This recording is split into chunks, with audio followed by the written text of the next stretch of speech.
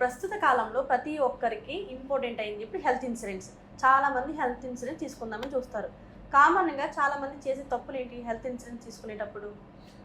Very important question అండి. ఎందుకంటే health insurance ఒక ప్రైమరీ అంటే తప్పకుండా కావాల్సిన అవును. అవసరం అయిపోయింది. ఉమ్, ప్రతి ఒక్కరికి ఒక ఫౌండేషన్లో ఒక ఇల్లు కట్టేప్పుడు ఎంత ఫౌండేషన్ ఇంపార్టెంటో ఉమ్, నీ పర్సనల్ ఫైనాన్స్ అంటే మన డబ్బుల జర్నీలో సేఫ్గా ఉండాలంటే ఫౌండేషన్ స్ట్రాంగ్గా ఉండాలంటే హెల్త్ ఇన్సూరెన్స్ కావాలి. అవును. అది టర్మ్ ఇన్సూరెన్స్తో పాటు అది ఒక ఎసెన్షియల్ అయిపోయింది. ఉమ్, ఎందుకంటే హాస్పిటలైజేషన్ ఎక్స్పెన్సివ్ అయిపోయింది కాబట్టి ఉమ్, రోజు రోజు హాస్పిటలైజేషన్ ఖర్చులు పెరిగిపోతున్నాయి కాబట్టి అండ్ మనకు హాస్పిటలైజేషన్ అనేది మనకి ఇట్లాంటి బాధలని చెప్పి రావు కాబట్టి మనం ప్రిపేర్ అవ్వలేము కాబట్టి ఒక మంచి హెల్త్ ఇన్సూరెన్స్ అవసరం పెరిగిపోయింది. ఉమ్, జనరల్గా ఏంటంటే కొన్ని తప్పులు తీసుకునేప్పుడు చేస్తూ ఉంటాము. అవేంటో తెలుసుకుంటే ఏంటంటే నెక్స్ట్ టైం కరెక్షన్ చేసుకునే అవకాశం ఉంది. ఉమ్, కొత్తగా ఎవరైనా హెల్త్ ఇన్సూరెన్స్ తీసుకునే వాళ్ళు కన్సిడర్ చేయాల్సిన ఇష్యూస్ ఏంటో తెలుసుకుందాం ఈ వీడియో ద్వారా. ఒకటి మోస్ట్ ఇంపార్టెంట్ అందరూ చేసే తప్పు ఏంటంటే ఇన్సఫిషియెంట్ కవరేజ్. ఉమ్, కావలసినంత కవరేజ్ తీసుకోరు. ప్రీమియం ఎక్కువ అవుతుందనో ఎందుకులే నాకేం అవసరం లేదనో ఉమ్, చాలా కారణాలు ఉంటాయి. అంటే ఇప్పుడున్న పరిస్థితుల్లో ఒక 10 లక్షలు కవర్ ఇంపార్టెంట్. ఎందుకంటే ఎటువంటి పెద్ద హాస్పిటల్కి వెళ్ళినా కానీ ఒక చిన్న ట్రీట్మెంట్కి కూడా 1,00,000, 2 లక్షలు, 3 లక్షల కన్నా తక్కువ అవ్వట్లేదు.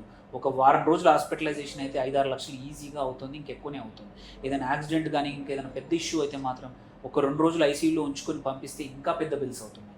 అలాంటప్పుడు ఒక 3 లక్షలు, 4 లక్షలు, 5 లక్షల పాలసీ ఈ కాలంలో సరిపోయే అవకాశం కాలేదు. సో అందుకే సఫిషియంట్ కవరేజ్ అనేది చాలామంది తీసుకోరు. అది పెద్ద తప్పు. ఆ తర్వాత రియలైజ్ అవుతారు, అరే మనం అప్పుడే తీసుకోవాల్సిందే అని తర్వాత ఆలోచిస్తారు. సో అందుకే అందరూ చేసేది ఏంటంటే తప్పు, సఫిషియంట్ కవరేజ్ తీసుకోకపోవడం. సో అది కరెక్ట్ చేసుకోవడం చాలా ఇంపార్టెంట్. సెకండ్ వచ్చేసి వెయిటింగ్ పీరియడ్స్ అనేది పట్టించుకోకుండా పాలసీ తీసుకుంటారు. అంటే ఆ పాలసీలో ఎన్ని సంవత్సరాల వెయిటింగ్ ఉందో తెలియదు. పాలసీ బాగుంది, XYZ కంపెనీ బాగుంది, అది తీసేసుకుంటున్నాం, మొత్తం ఒకరు వచ్చి చెప్పారు, అయిపోయింది. బట్ మనకి కొన్ని కండిషన్స్ ఉండొచ్చు. మనకి నీస్ ప్రాబ్లం ఉండొచ్చు, చెవి ప్రాబ్లం ఉండొచ్చు, కళ్ళ ప్రాబ్లం ఉండొచ్చు, ఆల్రెడీ ఏదైనా ఎగ్జిస్టింగ్ కండిషన్ ఉండొచ్చు. అలాంటప్పుడు సర్జరీలు అవసరం రావచ్చు. అలాంటి వాటికి ఎన్ని రోజుల వెయిటింగ్ ఉంది?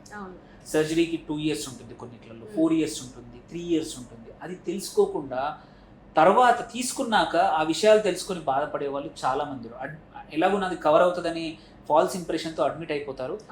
అప్లై చేసినప్పుడు లేదు ఈ డిసీజ్కి ఈ ప్రాబ్లంకి ఈ సర్జరీకి ఇన్ని సంవత్సరాలు అని చెప్పగానే అంటే తర్వాత బాధపడాల్సి వస్తుంది, పాకెట్ నుంచి డబ్బులు పెట్టుకోవాల్సి వస్తుంది. సో అందుకే వెయిటింగ్ పీరియడ్స్ ఏమైనా ఉన్నాయా అనేది చాలా వెరీ ఇంపార్టెంట్.